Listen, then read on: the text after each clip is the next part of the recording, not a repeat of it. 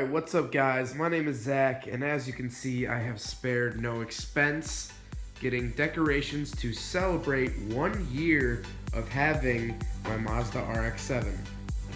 So a year ago, I didn't really think it would be sitting in my garage without an engine, but that's the way the world goes, and I couldn't be happier. In celebration of that though, I want to tell you guys the story about how I bought this car. There was actually two RX-7s that came before this that I tried out before I settled on this one. So hope you guys enjoy the video. After that, I'm going to do a little, just a slideshow of all the memories I've made in this.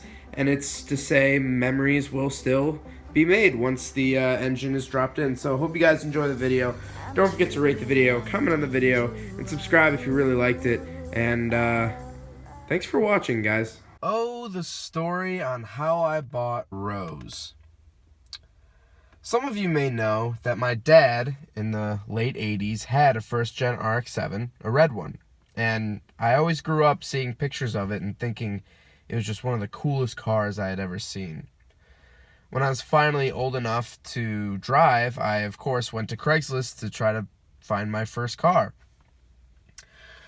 I immediately started looking for RX-7s, but thought that they were highly impractical, so I actually switched over to looking at Subaru Foresters and Legacies. Test drove a few of them, and they were cool, but they weren't fun. And then one night, my friend Nick Sander from the Wagon Life series texted me. He basically said that he really thought that I should get an RX-7. And that night I started looking on Craigslist for RX-7s. That next week, my dad and I were on the road to Indiana. We drove 2 hours to see a black 1980 RX-7. It didn't run, and the guy wanted $2,000 for it. Now, I didn't buy the car, but I had sat in it. It was the first gen I had ever sat in, and I thought, okay, I really like this. It didn't start up, it didn't move, the car was kind of a crapshoot, but I knew that that's the car that I wanted. A week later, my dad and I were back on the road, and we headed to Southern Illinois to check out an 83 RX-7 that was a darker red. It had a built Holly carb, racing slicks, a couple other modifications, and it was a quick car. And that car I actually got to drive. I got it up to about 90 on the back roads. The guy was like, really rip it, and I fell in love at that point. The car just handled like no car I had ever felt before. The guy wanted $2,500 for it, but the car wouldn't idle under 2,000 RPM. You had to keep it up, and this car was going to be a car that I was going to daily drive, so that wasn't really a great thing to have. Then, a few weeks later, I was sitting in class, bored out of my mind as usual, so I went on Craigslist, and I found a red 1985 Mazda RX-7. I immediately texted the guy and asked how much he wanted for it, and he said $3,000.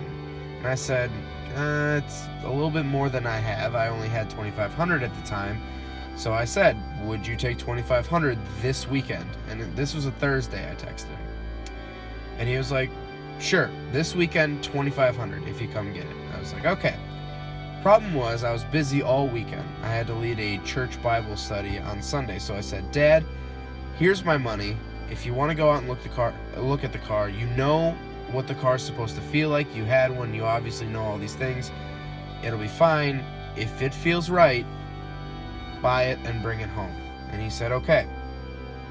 I got out of church with 3 missed calls from him and my brother, and I called them back and they said, look, we really like this car. Do you want us to pull the trigger on it? And I thought about it and I was like, yeah, do it. And that was it. The car came home. I was ecstatic. I was so happy. On the 20th of September 2015, I legally became the owner of the 1985 Mazda RX-7 you guys have come to know and love in the Rotary Life series.